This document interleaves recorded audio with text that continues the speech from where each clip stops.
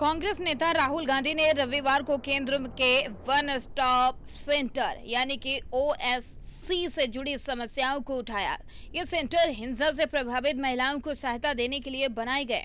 उन्होंने आरोप लगाया कि मोदी सरकार किसी की नहीं सुन रही है। इस पूरे मुद्दे की शुरुआत तब हुई जब राहुल गांधी ने संसद और सार्वजनिक मंच पर वन स्टॉप सेंटर के स्थिति पर सवाल उठाए। उन्होंने कहा कि देश भर से लगातार शिकायतें आ रही है कि कई केंद्र या तो बंद पड़े रहते हैं या वहां पर्याप्त स्टाफ नहीं है। उनका दावा है कि महिलाओं को जिस मदद की उम्मीद होती है वो उन्हें समय पर नहीं मिलती है। उन्होंने ये भी पूछा कि अगर सब कुछ संतोषजनक है कि जैसा सरकार कह रही है तो फिर इतनी शिकायतें क्यों सामने आ रही हैं। कई केंद्र बंद, मदद नहीं मिलते, स्टाफ की कमी बड़ी समस्या, शिकायतें लगातार सामने आ रही, सरकार ने बताया सब संतोषजनक। राहुल गांधी ने यह भी मुद्दा उठाया कि बड़ी संख्या में महिलाओं तक इन केंद्रों की सुविधा पहुंच ही नहीं पा रही है। उनका कहना है कि हर 5 में से 3 महिलाओं को मदद नहीं मिल पा रही है, जो एक गंभीर संकेत है।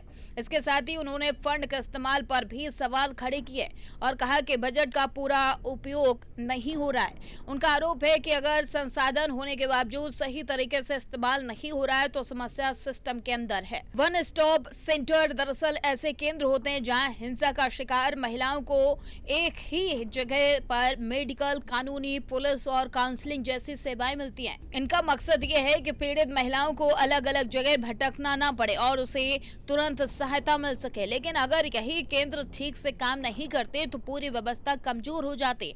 यही बात राहुल गांधी ने उठाई और पूछा कि क्या सरकार ने इन समस्याओं की जांच की है और उन पर क्या कार्रवाई हुई है। महिलाओं को एक जगह मिलती मदद, मेडिकल और कानूनी सहायता उपलब्ध,